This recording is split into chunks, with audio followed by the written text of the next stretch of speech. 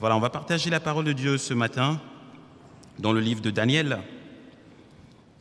Vous connaissez l'histoire de Daniel. On va regarder surtout l'histoire des compagnons de Daniel, Anania, Michaël et Azaria. On a commencé par, avant la prédication, on a appris ce chant, « Seigneur, à quel autre irons-nous qu'à toi ?» Parce que tu es celui qui a les paroles de la vie. Alors, on va venir au Seigneur, celui qui change nos cœurs, celui qui change nos vies. Et on va se présenter à lui. On va commencer quand même par prier. On va prendre la prière, on va commencer par prier pour que le Seigneur, pendant ces moments, nous bénisse, que nos cœurs soient disposés à recevoir tout ce qu'il veut nous donner et que ces moments soient remplis de lui. Seigneur, nous voici devant toi, toi qui es Dieu, toi qui nous appelles et qui nous attire à toi. Nous voulons, Seigneur, recevoir ta parole, Seigneur Jésus-Christ. Nous voulons que ta parole, Seigneur Jésus-Christ, oui, Seigneur Jésus-Christ, prenne racine dans nos cœurs, dans nos vies, Seigneur. Et nous voulons vivre selon ta parole, nous voulons la pratiquer, Seigneur Jésus. Que, Père éternel, mon Dieu, nos pensées, Seigneur, soient tournées vers toi. Que nos cœurs soient tournés vers toi, que nous soyons présents alors que tu es là, parce que tu dis, où deux ou trois sont assemblés en mon nom, je suis parmi eux, Seigneur. Et nous croyons que tu es parmi nous, Seigneur. Alors nous voulons, Seigneur, appeler toute pensée captive, Seigneur Jésus-Christ, à l'obéissance au Christ, Seigneur Jésus-Christ. Nous voulons que personne ne soit loin alors que tu es près, Seigneur. Nous voulons nous tenir près de toi. Oui, Seigneur, nous voulons être là où tu es, Seigneur, parce que tu es là, Seigneur. Nous voulons être près de toi et recevoir tout ce que tu vas nous donner. Merci, Seigneur, pour ce que tu vas faire parmi nous. Amen. Jésus s'étant approché de ses disciples, leur dit, juste avant de partir, « Tout pouvoir m'a été donné sur la terre, dans le ciel d'abord, on commence toujours par le ciel. Tout pouvoir m'a été donné dans le ciel et sur la terre. Allez et faites des nations des disciples, enseignez-les, baptisez-les au nom du Père, au nom du Père, du Fils et du Saint-Esprit, et enseignez-leur à respecter tout ce que je vous ai prescrit. » Et par la suite, cette partie m'intéresse et je veux qu'on la garde. Il dit, « Et moi, je suis avec vous chaque jour jusqu'à la fin du monde. Et moi, je suis avec vous chaque jour jusqu'à la fin du monde. Tout pouvoir a été donné au Christ, et le Christ est avec nous chaque jour jusqu'à la fin du monde. » Je veux serrer cette parole dans mon cœur. On le chante souvent, « Je serre ta parole dans mon cœur pour ne pas pécher contre toi. » Je veux serrer cette parole dans mon cœur afin de tenir ferme dans les moments difficiles qu'on peut rencontrer dans notre vie, de me dire chaque jour que le Seigneur a tout pouvoir et il est avec moi. Et l'histoire des amis de Daniel sont un exemple dans ce sens. Je vais rappeler un peu le contexte. Le contexte de cette histoire, c'est une guerre entre Israël et Babylone. Donc le roi de Babylone à cette époque, c'est Nebuchadnezzar. Dans certains textes, on l'appelle Nebuchadnezzar. Bon, c'est le même personnage. Donc il envahit Jérusalem, il arrête le roi de Juda, qui était Joachim à l'époque, et toute sa cour, et il les emmène à Babylone. Il dit au chef de son personnel de choisir parmi les enfants de Juda, les enfants d'Israël, les jeunes gens, beaux de figure, intelligents et aptes à servir à sa cour. Et donc, le chef du personnel choisit les jeunes gens, et parmi les jeunes gens qui ont été choisis, il y avait Daniel, et qui d'autre? Meshach, Shadrach et Abednego. Bon, ça c'est le nom qui leur a été donné après, vous avez anticipé, donc c'est bien. En fait, ils s'appelaient au début Anania, Michaël et Azaria. C'était leur nom de base. Et donc ils ont été pris et emmenés à Babylone. Et quand ils arrivent à Babylone, du coup, comme vous avez précédé, qu'est-ce qui a été fait par le chef du personnel? Quelle est la première chose qu'a fait le chef du personnel? Voilà, il a changé leur nom. On va l'afficher, on va lire le texte ensemble. J'ai pris le texte dans la version Parole de vie, donc elle est un peu différente de la version second, mais elle est un peu plus facile à comprendre et à voir. Donc le chef du personnel, c'est donc Daniel 1, verset 7. Le chef du personnel leur donna de nouveaux noms. Daniel reçoit le nom de Belthazar, Anania celui de Shadrach, Michaël reçoit le nom de Meshach, et Azaria reçoit celui d'Abednego. Donc la première chose qu'il fait, c'est changer leur nom. C'était une pratique un peu courante dans l'Antiquité, mais le nom avait quand même un sens avant. Quand on regarde dans la Bible, quand on donnait un nom à un enfant, c'était soit ce qu'il avait, c'est pas un événement dans sa vie, un événement qui a eu lieu avant sa naissance, soit ce qu'il devait faire, ce qu'il devait accomplir, soit ce qu'il était. Ça, en tout cas, le nom, c'était une manière, c'était symboliser un peu la destinée prophétique de la personne. Et changer le nom de quelqu'un, c'est pas quelque chose d'anodin. Changer le nom de quelqu'un, c'est l'inscrire dans un autre chemin. C'est l'inscrire dans une autre destinée prophétique. Et d'ailleurs, même ici, changer le nom de ces 3 personnes, c'était les éloigner du plan de Dieu pour leur vie. Daniel voulait dire à l'époque, Daniel signifie « Dieu est mon juge ». On lui donne un autre nom qui signifie autre chose. Le dernier, par exemple, Azaria. Azaria, on change son nom, on lui donne Abed-Nego, c'est-à-dire serviteur de Négo. Donc il devient serviteur d'un dieu païen. Vous voyez, en fait, on change leur destinée prophétique. Et ce n'est pas quelque chose d'anodin. Mais gloire à Dieu, quand on lit bien cette histoire, on voit qu'à la suite, le changement de nom qu'ils ont eu n'a pas eu de conséquences sur leur comportement, n'a pas eu de conséquences sur leur fidélité à Dieu. L'identité en Christ est quelque chose d'important. On doit savoir ce qu'on est en Christ. C'est vrai que nos noms aujourd'hui n'ont pas forcément de grand sens, mais on a une identité en Christ et c'est important de garder cette identité en tant qu'enfant de Dieu. Jésus lui-même, il a changé, même pas que Jésus, mais Dieu a changé le nom de certaines personnes dans la Bible. Le premier, par exemple, il y a Abraham, qui est devenu Abraham. Il est passé de père élevé à père d'une multitude. Il y a Sarah, qui s'appelait Saraï, qui est devenue Sarah. Il y a le Jacob, qui était le trompeur, qui est devenu Israël. Vous voyez, Dieu change aussi nos noms. Dieu peut changer nos cœurs, Dieu peut changer nos vies. Si on nous a inscrits dans une destinée, si on nous a inscrits dans un chemin qui n'est pas le nôtre, le Seigneur peut changer nos cœurs. Il peut changer nos vies afin qu'on marche dans les pas qu'il a préparés d'avance. Parce qu'on croit, moi je crois que le Seigneur a préparé les choses d'avance pour nous. Il a préparé les œuvres d'avance pour que nous les pratiquions. Et on peut faire cette prière en fait tous ensemble ce matin, dire Seigneur, change mon cœur, change ma vie, afin que je sois celui, que je sois celle que tu veux que je sois. Il y a des exemples de changement de nom dans le Nouveau Testament. Simon-Pierre, c'était un pêcheur. D'abord, il s'appelait Simon, c'était le pêcheur. Mais il est devenu Pierre, le pêcheur d'âmes. Et on voit même dans l'histoire de Simon, parfois on l'appelle Simon, parfois on l'appelle Pierre. Dans le Nouveau Testament, dans le livre de Matthieu et le reste, on dit parfois Simon, parfois Pierre. Ce qui n'était pas tous les jours Simon, il n'était pas tous les jours Pierre. Mais le jour de la Pentecôte, lorsque le Saint-Esprit est descendu sur lui, il était Pierre. Il était celui-là qui est l'un des pères fondateurs de l'Église de cette époque. Donc la première chose qu'on peut retenir, c'est qu'on a une identité en Christ. Et c'est important de garder son identité en Christ. Donc l'histoire des amis de Daniel. Donc ils sont à Babylone, auprès du roi, formés pour servir à la table du roi. Et le roi, ça c'est dans le livre de Daniel, le chapitre 2, je vais le raconter, vous pourrez le relire chez vous. Le roi fait un songe d'une statue. Et il voulait une explication de ce songe. Daniel réussit, par la grâce de Dieu, après des moments de prière avec ses amis, à expliquer le songe du roi. Et quelque temps après, le roi a une idée un peu folle, il décide de faire une statue. Il veut faire sa statue, une statue en or, qui fait à peu près 30 mètres de haut et 3 mètres de large. Donc bien visible, une immense statue. Et il décide d'ériger sa statue donc, dans la province de Babylone.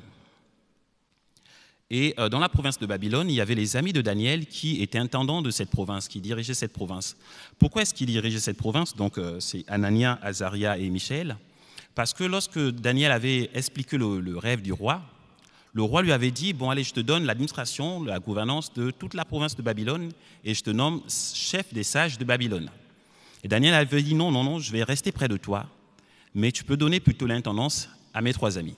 Et donc ils avaient reçu l'intendance de la province de Babylone. Et donc, quand on érige la statue à Babylone, eh ben, on invite toute la population de Babylone pour qu'ils viennent voir la statue du roi. Et donc, ils sont tous invités, et on invite aussi les notables donc, de la province. Et donc, Anania, Azaria, Michaël sont invités donc, à cette inauguration. Et quand ils arrivent à l'inauguration, eh bien, il y a une annonce particulière qui est faite. On va le lire, c'est dans le livre de Daniel, chapitre 3, versets 4 à 6. Donc, ils sont à la cérémonie d'inauguration de la statue du roi Nabuchodonosor. Le maître de cérémonie cria avec force: « Gens de tous les peuples, de tous les pays et parlant toutes les langues, écoutez cet ordre. » L'ordre, il est assez intéressant, on va l'écouter. « Vous entendrez jouer de la trompette, de la flûte, de la cithare, de la harpe et de toutes sortes d'instruments. Alors vous vous inclinerez jusqu'à terre et vous adorerez la statue d'or que le roi Nabuchodonosor a fait dresser. Si quelqu'un refuse de s'incliner devant elle et de l'adorer, il sera aussitôt jeté dans la fournaise.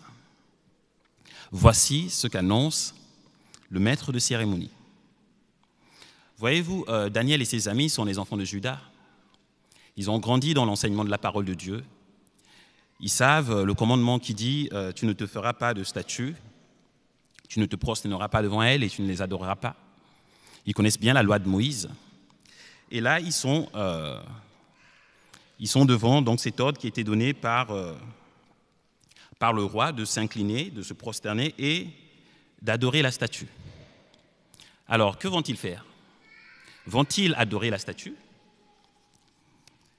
et être en désobéissance par rapport à la parole de Dieu?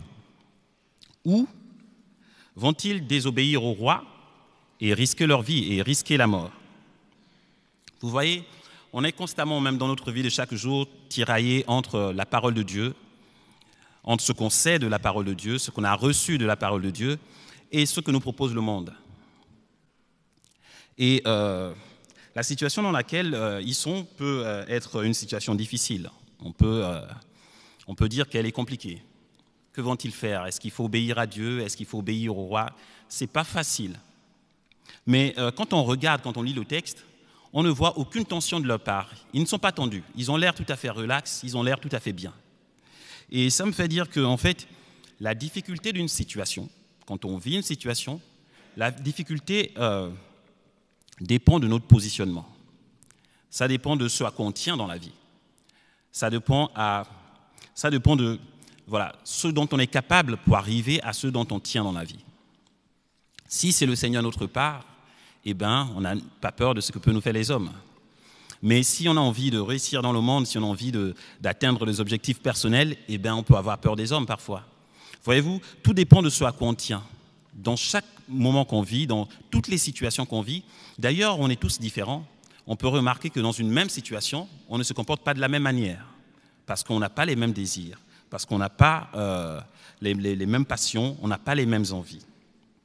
Et Jacques le dit dans son épître, il dit lorsque vous êtes tentés, ne dites pas que c'est Dieu qui me tente. Dieu ne tente personne, parce que lui-même, il n'est pas tenté par le mal. Mais chacun est tenté quand il est attiré et amorcé par ses propres désirs. Donc ce sont nos désirs qui font la tentation, qui font la difficulté de la tentation. Et un peu plus loin encore, Jacques il dit, d'où viennent les luttes, d'où viennent les querelles? N'est-ce pas des passions qui combattent dans vos membres? Donc c'est de là que vient la difficulté. Notre positionnement face à l'épreuve détermine la difficulté de l'épreuve pour nous. Et donc ils sont dans la situation, on va quand même dire nous que la situation est délicate. D'accord? On va être d'accord là-dessus, elle est délicate, même si eux, ils ne sont pas manifestés de tension particulière. Donc tout le monde s'incline au son des instruments devant la statue, et les trois amis de Daniel ne s'inclinent pas. Je ne sais pas à quel niveau ils étaient positionnés, mais le roi ne les a pas vus. Donc ils peuvent se dire, ouf, on est passé sans être vus. Mais en fait, il y en avait d'autres à côté qui les ont vus. Et les autres qui les ont vus, c'était les gens qui ne les aimaient pas beaucoup. Alors ils sont allés voir le roi pour dire, voilà, les gens qui dirigent la province, les gens que tu as mis à la tête de la province, eh ben, ils n'obéissent pas à tes commandements. Ils ne se prosternent pas devant ta statue. Et donc le roi furieux les fait appel, dit, allez, venez ici tous les trois, qu'est-ce qui ne va pas? La statue, on a dit de se prosterner, il faut se prosterner. Donc le roi leur demande, en disant, bon, ce qu'on va faire, les musiciens vont rejouer. Vous allez réentendre le son de la trompette, de la cithare, et de tous les instruments. Et puis une fois que vous entendrez, eh bien, vous vous prosternerez. Donc le roi leur accorde une seconde chance. Vous voyez l'ennemi, le diable, il revient toujours. Il part et il revient. La Bible dit qu'il rôde, il cherche qui dévorer. Il part et il revient. Vous voyez même face avec Jésus, le diable est venu une fois, il est venu 2 fois, il est venu 3 fois. Et dans la vie, on a parfois des situations qu'on peut interpréter comme étant des secondes chances. On nous donne une seconde chance. Mais en fait, c'est l'ennemi qui revient pour nous donner une seconde occasion de pécher, pour nous donner une seconde occasion de chuter. Et quand la première fois on était ferme dans notre foi, on a maintenu une position, quand il revient, parfois ça sème le doute. On se dit, si ça revient, peut-être que c'est de Dieu, peut-être qu'on commence à trouver des raisonnements, on commence à réfléchir, et puis finalement le doute s'installe. C'est important de demeurer vigilant. Quand le diable vient aujourd'hui, je suis au Seigneur, s'il vient demain, je reste au Seigneur. C'est important de tenir ferme dans nos décisions. Ici, on voit donc les ruses de l'ennemi qui vient pour leur donner une seconde chance. Mais qu'est-ce qu'ils vont faire, les amis de Daniel ? Les amis de Daniel, ils restent fermes dans leur foi. Ils refusent cette seconde chance qui leur a été donnée d'épargner leur vie. Ils refusent de céder à cette seconde chance qui les éloigne en fait de Dieu, qui les éloigne de la parole qu'ils ont reçue quand ils étaient enfants. Et d'ailleurs, ça c'est important. On voit ici qu'ils sont à Babylone. Ils ont été déportés, ils ont quand même vécu un certain temps. Et quand on lit le livre de Daniel, on voit que jusqu'à la fin de leur vie, ils sont restés fidèles à Dieu. La parole de Dieu qu'on reçoit quand on est enfant, on ne l'oublie pas toujours. Même si parfois on semble l'avoir oublié et puis on fait plein de choses. Mais le Seigneur sait se rappeler à ses enfants. C'est pourquoi c'est important, c'est un encouragement pour les parents de continuer à prier pour les enfants, de continuer à prier pour ceux qui sont loin, parce que le Seigneur saura les ramener au moment venu, au moment convenable. Le roi leur propose la seconde occasion, ils refusent. Et le roi leur dit, mais si vous refusez, qui va vous délivrer, qui va vous sauver ? Et voici leur réponse.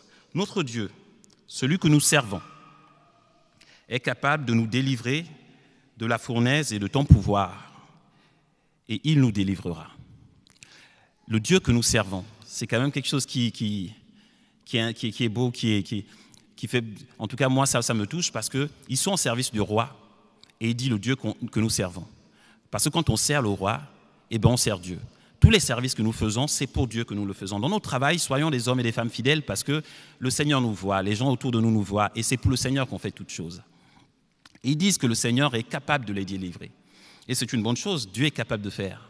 On le chante souvent, Dieu est capable de faire tout ce qu'il dit. Le Seigneur est capable de guérir nos malades. On le croit ou pas ? Le Seigneur est capable de changer nos vies. Le Seigneur est capable de nous délivrer des situations difficiles que nous vivons, dans nos familles, dans nos maisons. Le Seigneur est capable de nous délivrer de tout ce qui nous retient, tout ce qui nous empêche d'aller vers lui. Dieu est capable de tout. Il est capable de tout faire. D'ailleurs, je l'ai dit au début, tout pouvoir m'a été donné dans le ciel et sur la terre. Jésus est capable, le Seigneur est capable de nous sauver. Mais Dieu est au ciel et nous sommes sur la terre. Il y a le psaume qui dit « Dieu au ciel et il fait ce qu'il veut ». Il fait ce qu'il veut.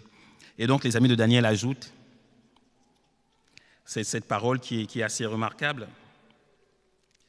Et même si, c'est le Daniel, donc chapitre 3, verset 8, et même s'il ne le fait pas, même s'il ne nous délivre pas, tu dois savoir ceci, notre roi. Nous ne servirons pas tes dieux et nous n'adorerons pas la statue d'or que tu as fait dresser.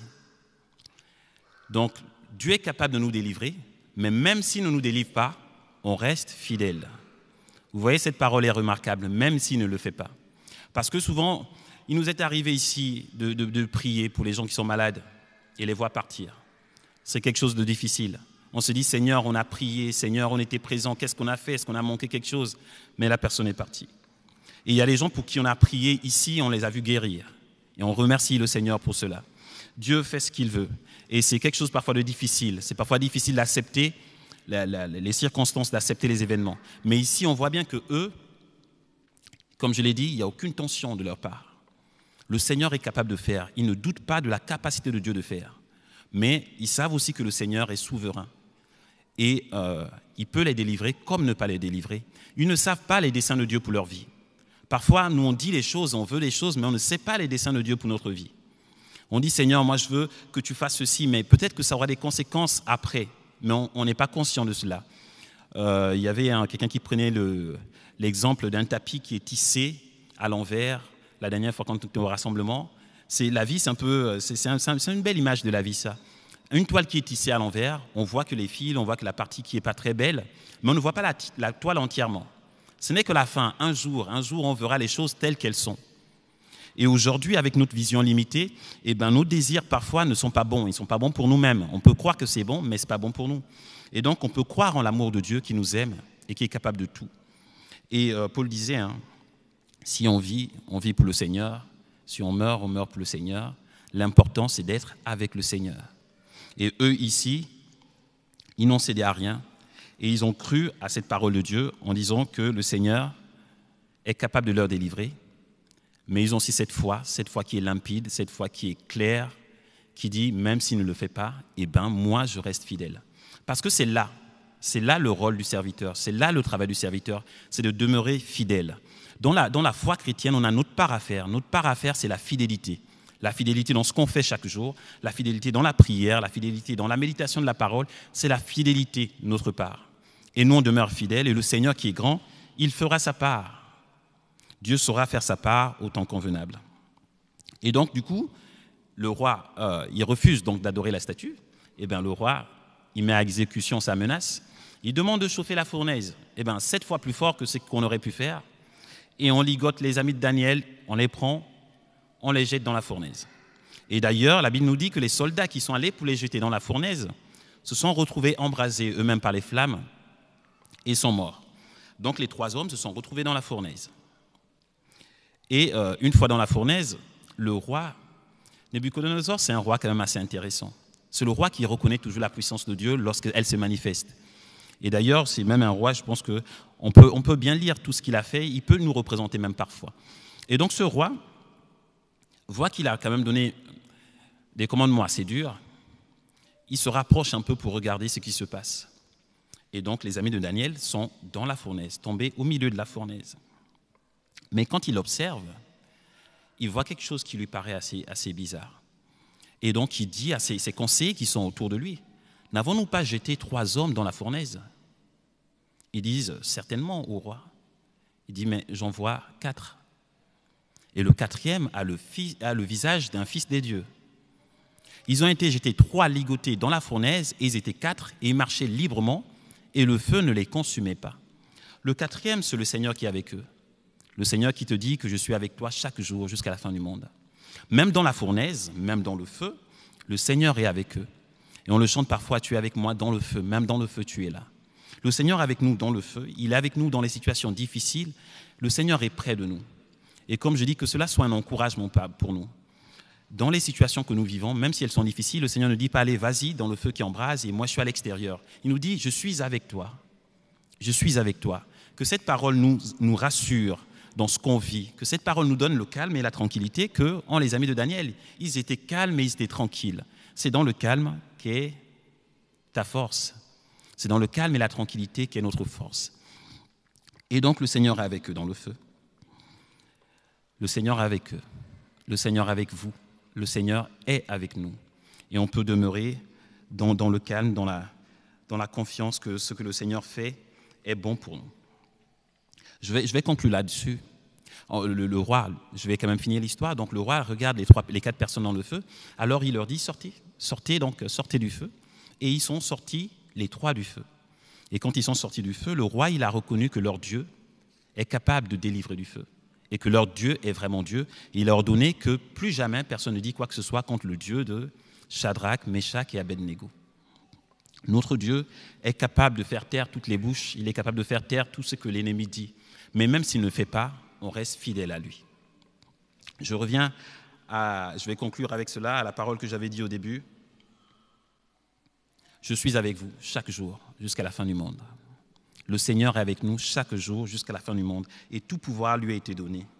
Quand je marche, David le disait, quand je marche dans la vallée de l'ombre de la mort, je ne crains aucun mal, car tu es avec moi.